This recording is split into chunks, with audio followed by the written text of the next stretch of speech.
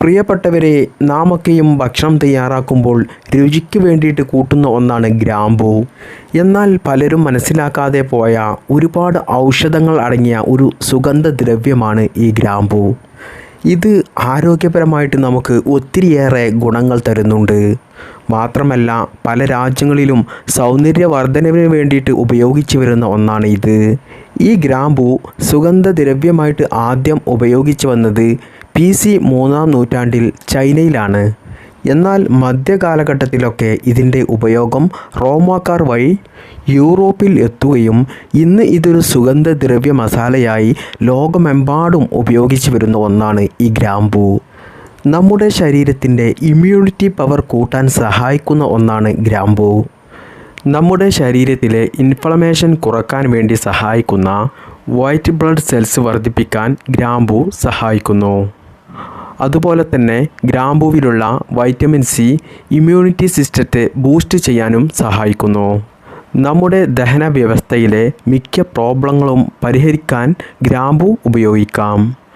അതായത് നമുക്കുണ്ടാകുന്ന മലബന്ധം, വയറുവേദന, ഗ്യാസ് സംബന്ധമായിട്ടുള്ള പ്രശ്നങ്ങൾ, ഛർദി, വയറ്റിലുണ്ടാകുന്ന അൾസർ, ഇതൊക്കെയും പരിഹരിക്കാൻ വേണ്ടി ഒരു പരിധിവരെ നമുക്ക് ഈ ഗ്രാമ്പൂ ഉപയോഗിച്ച് മാറ്റാം. അതുപോലെ പല്ലുകളുടെ ആരോഗ്യത്തിനും ഇത് വളരെ നല്ലതാണ്. നല്ല പല്ലുവേദനയുള്ള സമയത്ത് 2 ഗ്രാമ്പൂ എടുത്ത് പല്ലുവേദന ഉള്ള ആ ഭാഗത്ത് കടിച്ചു പിടിച്ചാൽ മതിയാകും. എന്നാൽ പല്ലുവേദന സുഖപ്പെടുന്നതാണ്. കാരണം ഈ ഗ്രാമ്പൂവിന് ചെറിയ അനസ്തേഷ്യ നമുക്ക് നൽകാനുള്ള ഒരു കഴിവുണ്ട്. അതുകൊണ്ടാണ് ഗ്രാമ്പൂ നമ്മൾ പല്ലിൽ കടിച്ചു പിടിക്കുന്നതിലൂടെ നമ്മുടെ പല്ലുവേദന സുഖപ്പെടുന്നത്. അതുപോലെ തന്നെ നമ്മുടെ കരളിൻ്റെ ആരോഗ്യത്തിനും അത്യുത്തമമാണ് ഗ്രാമ്പൂ. ഗ്രാമ്പൂവിലുള്ള യൂജിനോൾ എന്ന ഘടകമാണ് കരളിൻ്റെ പ്രവർത്തനം സുഗമമായി നടത്തുന്നത്. മാത്രമല്ല, ഗ്രാമ്പൂവിലുള്ള ഈ യൂജിനോൾ എന്ന ഘടകം വേദനാസംഹാരിയായി പ്രവർത്തിക്കുകയും നല്ലൊരു ആൻറ്റി ഇൻഫ്ലമേറ്ററി എഫക്റ്റ് നൽകുകയും ചെയ്യുന്നു. അതുകൊണ്ട് തന്നെ നമ്മുടെ ശരീരത്തിലുണ്ടാകുന്ന വേദനയും ഇൻഫ്ലമേഷനും ഇത് കുറക്കുന്നു. ഗ്രാമ്പൂവിൽ അടങ്ങിയിരിക്കുന്ന ഫ്ലോനോളുകളും അതുപോലെ മാംഗനീസ്, യൂജിനോൾ എന്ന ഘടകം എല്ലാം തന്നെ നമ്മുടെ ജോയിൻറ്റിൽ ഉണ്ടാകുന്ന വേദനയ്ക്കും അതുപോലെ ബോൺസിൻ്റെ എല്ലാം ശക്തിക്കും ഉറപ്പിനും ഇത് സഹായിക്കുന്നു.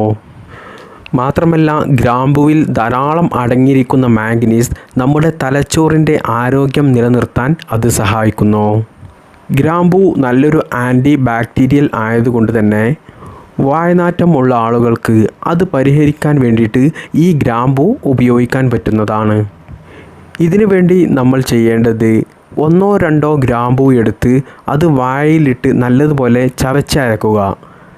അല്ലെങ്കിൽ നിങ്ങൾ 2 ഗ്രാമ്പൂ എടുത്ത് 1 ഗ്ലാസ് വെള്ളത്തിലിട്ട് നല്ലതുപോലെ തിളപ്പിച്ച് നമ്മുടെ വായ ക്ലീൻ ചെയ്യുക. അതോടുകൂടി നമ്മുടെ വായനാറ്റത്തിനൊരു പരിഹാരമാകും. കൂടുതൽ ആൻറ്റി ഓക്സിഡൻറ്റുകൾ ഉള്ള ഈ ഗ്രാമ്പൂ നമ്മുടെ ഹൃദയ സംബന്ധമായിട്ടുള്ള എല്ലാ പ്രശ്നങ്ങളെയും അതുപോലെ ആർത്രൈറ്റിസ് പോലെയുള്ള അസുഖങ്ങളെയും ഈ ഗ്രാമ്പൂ അകറ്റി നിർത്തുന്നു. അതുപോലെ പ്രമേഹ രോഗികൾക്കും ഒത്തിരി ഗുണം ചെയ്യുന്ന ഒന്നാണ് ഈ ഗ്രാമ്പൂ. പ്രമേഹ രോഗമുള്ള ആളുകൾ 2 ഗ്രാമ്പൂ ഇട്ട വെള്ളം തിളപ്പിച്ച് കുടിക്കുന്നതിലൂടെ രക്തത്തിലെ പഞ്ചസാരയുടെ അളവ് നിയന്ത്രിച്ചു കൊണ്ടുപോകാൻ സാധിക്കുന്നു. ദിവസവും നമ്മൾ ഗ്രാമ്പൂ ഉപയോഗിക്കുന്നതിലൂടെ ശരീരത്തിലെ ബ്ലഡ് കോട്ടാകാതിരിക്കാനും ബ്ലഡ് നല്ല തിക്കുണ്ടാകാനും അത് സഹായിക്കുന്നു.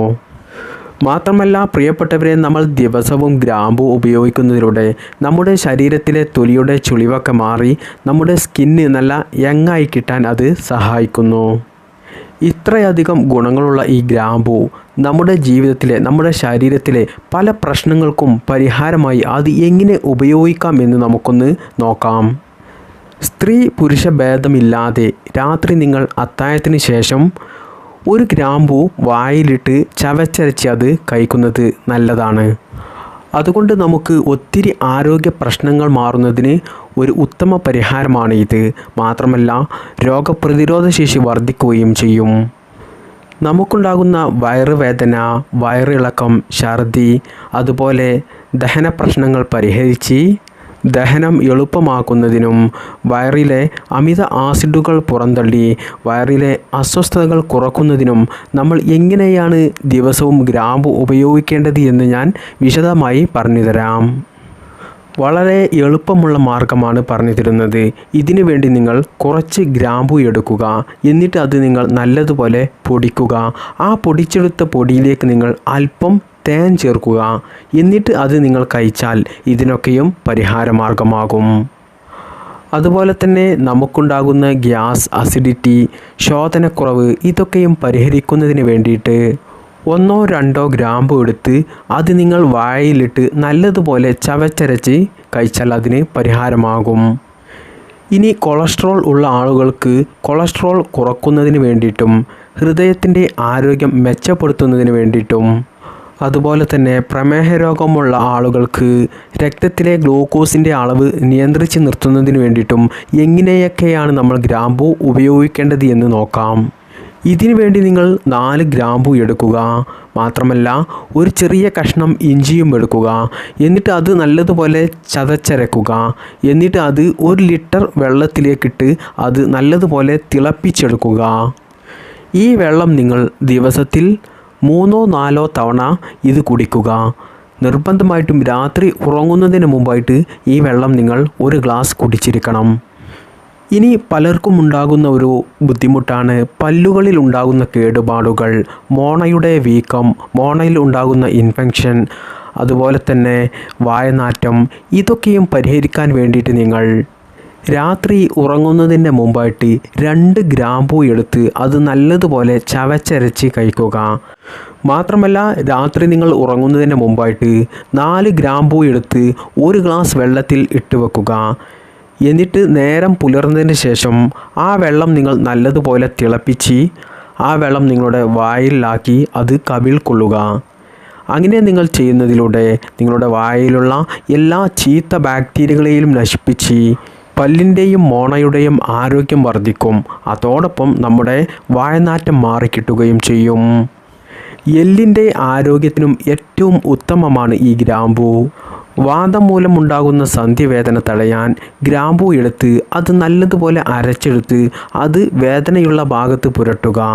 അല്ലെങ്കിൽ നിങ്ങൾ ഗ്രാമ്പു ഓയിൽ വാങ്ങിയിട്ട് അത് നിങ്ങൾ ആ വേദനയുള്ള ഭാഗത്ത് പുരട്ടിയാൽ നല്ല ആശ്വാസം ലഭിക്കുന്നതാണ്, വേദന സുഖപ്പെടുന്നതാണ്.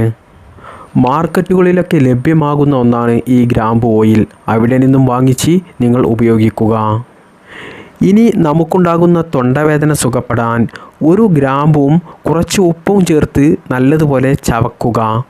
മാത്രമല്ല 4 ഗ്രാമ്പു 1 ലിറ്റർ വെള്ളത്തിലിട്ട് അത് തിളപ്പിച്ച് കവിൾ കൊള്ളുക. എന്നാൽ തൊണ്ടവേദന സുഖപ്പെടുന്നതാണ്.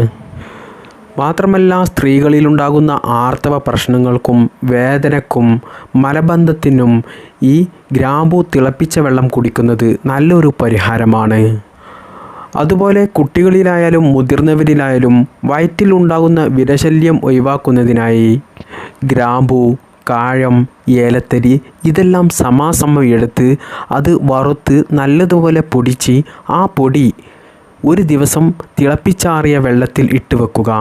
1 ദിവസം കഴിഞ്ഞതിന് ശേഷം ആ വെള്ളം നിങ്ങൾ 3 തവണയായിട്ട് അത് കുടിക്കുക.